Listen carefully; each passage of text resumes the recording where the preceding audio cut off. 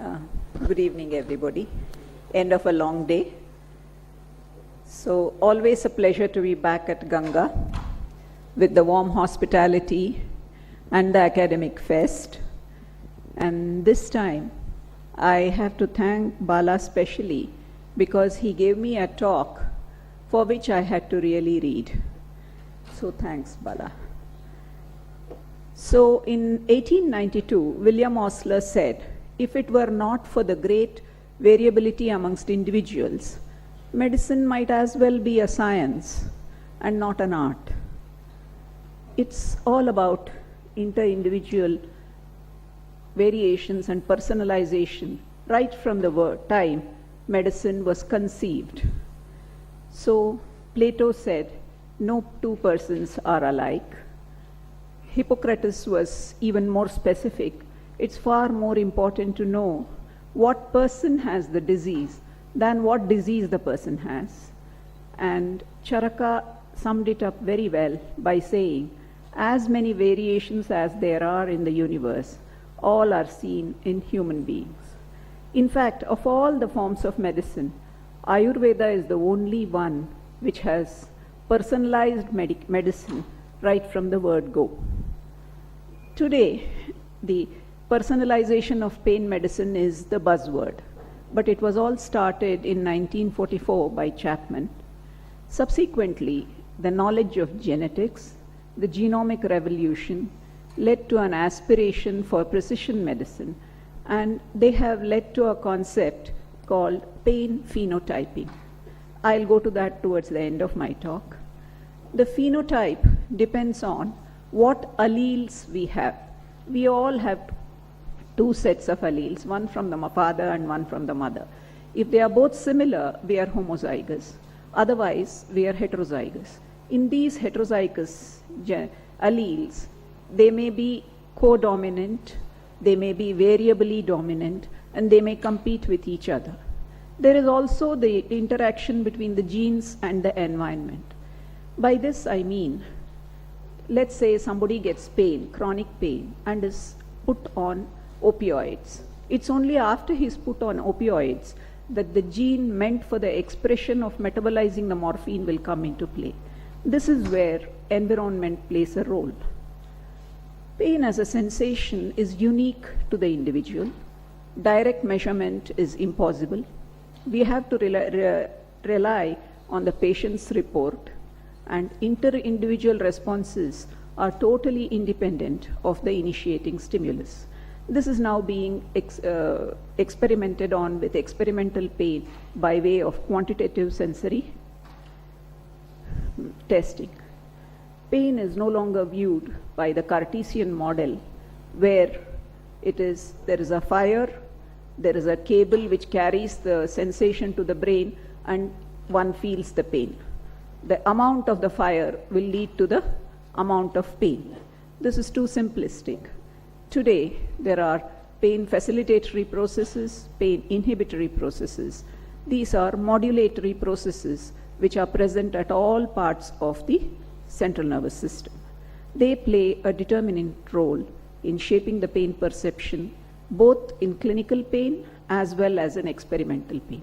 This helps us to research. If it was only in a clinical pain, we would be seriously handicapped. So central sensitization is about the abnormal pain signaling and the modulation that happens. We had Melzack and Wall who defined the gate in the spinal cord here. And they said that this gate is generally semi-closed. That means when a pain impulse comes, you do not feel pain straight away. It's only when there is a repetitive barrage of pain impulses that it penetrates and goes upwards. In neuropathies, which can happen because of many conditions, there is a nerve injury which carries the impulse and it goes to the brain, and immediately there is an inhibitory pathway too. Both work with each other, but eventually if there is a repeated barrage of impulses coming because of the abnormal nerve dysfunction, then there will be spinal sensitization. And when spinal sensitization persists for a while, the glutamate and substance P increase, and this leads to continuous more and more impulses, more and more sensitivity even at the brain. And all this leads to pain amplification, and there is hyperalgesia and allodynia. To refresh your memory, allodynia is where a normal sensation like touch is perceived as being extremely painful. These patients describe a simple touch by my hand as a blowtorch held to their skin. So, Fillingham et al. Published an article in 2017 stating, understanding the mosaic that makes the pain personal. What they did was they delivered a 48-degree centigrade stimulus, and what they found was there were 316 responses from as many patients. So some did not really feel much pain at all. Some described extreme pain.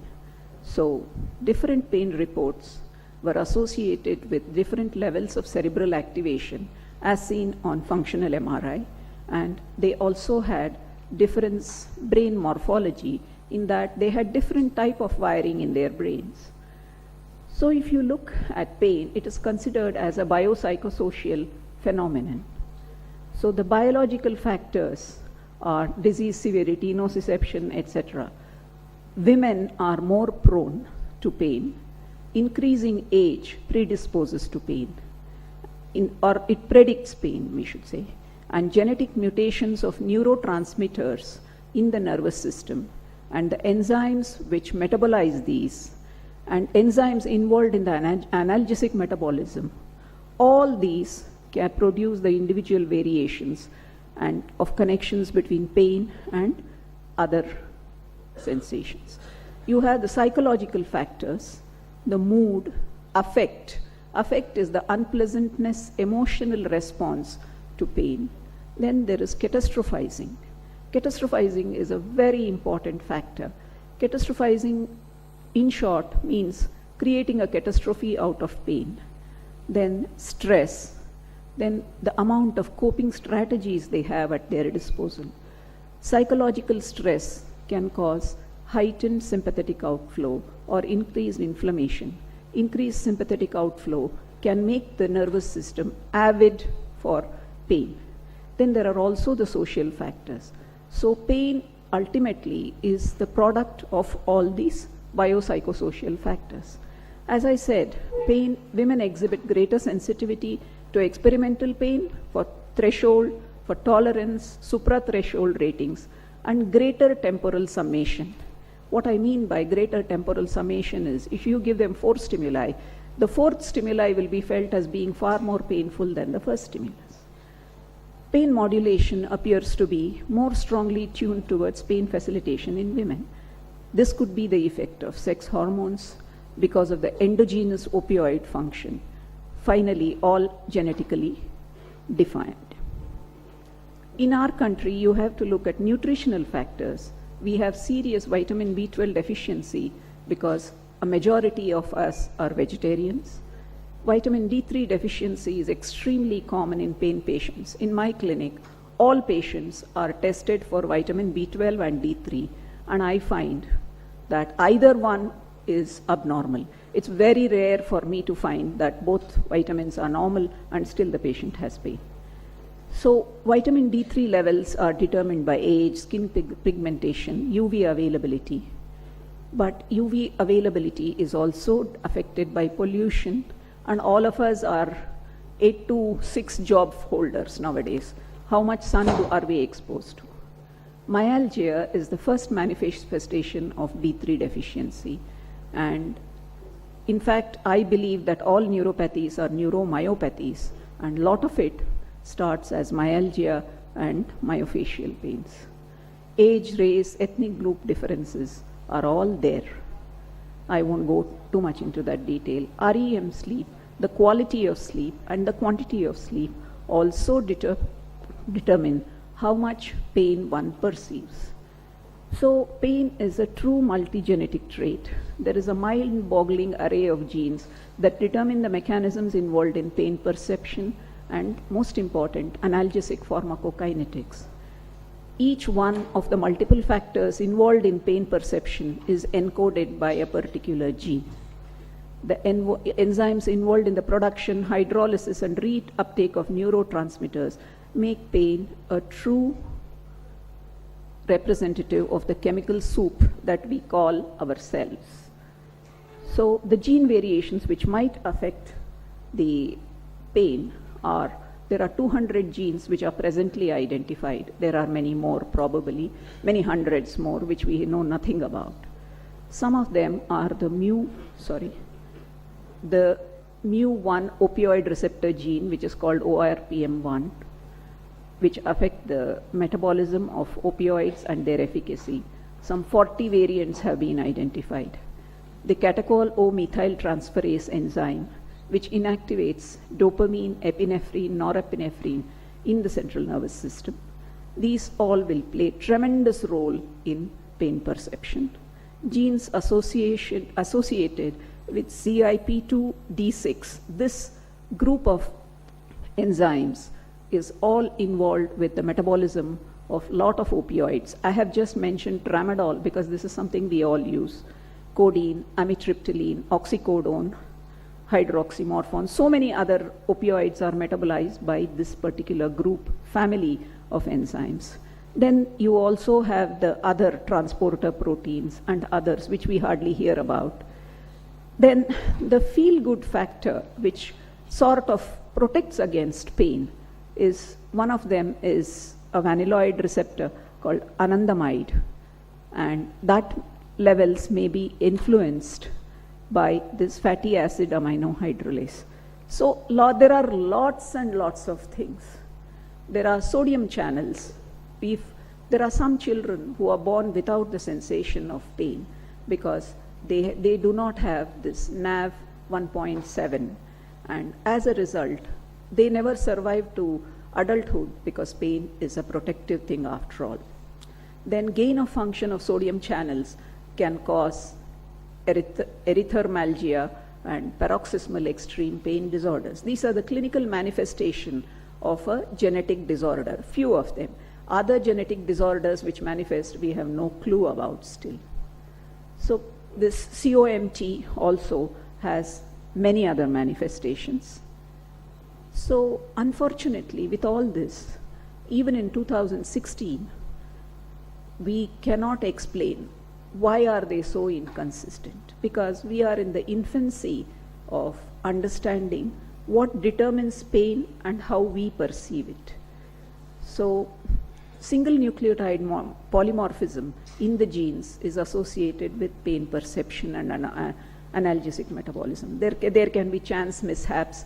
It may not be hardwired genetics, but also in between, alternative splicing of exons, etc.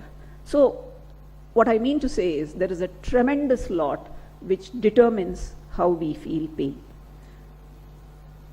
So there are also gene psychology interactions. There are some people who are genetically predisposed to pain, but they do not have a stress in their lives, so they may not go for pain. And alternately, somebody who has a lot of stresses in life, they may not have the genetic predisposition, so they do not go for pain. When the combination happens that there is a genetic predisposition as well as a stimulus, then the pain manifests. So since most of the audience is anesthesiologists, physical, genetic, and psychosocial character differences may persist even during anesthesia, because the genetic will certainly persist. It will also determine how the morphine is metabolized, how tramadol is metabolized, how NSAIDs are metabolized, etc. Anxiety, depression, and catastrophizing could also play a role in facilitating pain impulses. The way the nervous system is tuned to receiving pain when you are conscious may also persist into the anesthetized state. So when we say a patient is hyper, it is not that we are saying they are psychologically hyper, but they are neurologically hyper too. Catastrophization, as I mentioned before, is an irrational belief that something is far worse than it actually is. So there is some very interesting data from Dr. Edwards he's done a tremendous amount of work. Catastrophizing affects pain sensitivity, and they have found a positive relationship by way of functional MRI between the pain catastrophizing scale scores and the pain-related activations in the medial thalamus and the anterior insula. So even with a standardized pain intensity, I'll be showing you the QST parameters later, but these are the two areas which are very much involved in the emotional component of pain. Then there can also be enhanced connectivity between the primary somatosensory cortex, where pain is felt by the brain, and if there is a connection between that area and insula, then that means these patients feel pain a lot more. So functional connectivity is also there, and as a result it can be almost, if you demonstrate a functional connectivity between insula and the somatosensory cortex, it may even become a biomarker for catastrophizing and chronic pain. However, this is still a research tool because there are many confounding factors which come. There is empathy of the person who's getting the MRI. If he is empathetic and if he is reminded of his spouse suffering pain, the connectivity will come. This will come in empathetic people, but not so in non-empathetic people. We are all different after all. So in fibromyalgia, you can consider it as the quintessential central excitation problem. And what they found was there is a connection, structural connectivity between this medial thalamus and insula, and this is the fibromyalgic brain, and this is the non-healthy control. So if the brain can alter the mind, and mind can also alter the brain, so there is a strong evidence for beneficial effects of acceptance and commitment to therapy. The patient is always rebelling against the pain. Why me? How me? Why is it that I am the only sufferer? So if you make them say, okay, this pain is there, let me see how to get over it and get back to life, that makes a lot of difference to these treatments. So psychology, psychological counseling, etc., CBT, cognitive behavioral therapy, are going to assume the center stage in a short while. Quantitative sensory testing, this is the Von Frey hair, the temperature sensor. This is an algometer where pressures are applied at set pressures. So there is a tremendous interpatient variability in response to analgesic therapy, which is frustrating. But so this is called for precision medicine. Just one more minute I'll take. And the challenge is to phenotype these patients. So I won't go into those. So if you ask me, my way of phenotyping my patients is, when a patient comes in, we have all types of patients. Those who trust you and believe that you will do the good for them. There are the doubters who look at you like, okay, one more doctor, is this person capable or not? There are others who become believers later. There are so many varieties. Those are literally the phenotyping of patients that we can do. So I will conclude by saying that as there is inter-individual variability amongst patients, there is also inter-individual variability amongst the doctors who treat. Those who are aware of the individual differences, try to understand their patients, they will deliver better care, and their patients will be the beneficiaries. Complexity of the biopsychosocial mosaic demands an equally sophisticated approach to pain assessment and treatment. So I won't go to all this. So individual differences in pain perception is the norm, it's not the exception. Sex, race, ethnicity, age influences the underlying processes. Genetic factors responsible for the important individual differences, biological pathways through which impact pain. Psychosocial factors have a definite contribution, and we have recourse to yoga, CBT, mindfulness, etc. Personalized pain treatment is still on the drawing board, and it is not yet a reality. Thank you very much.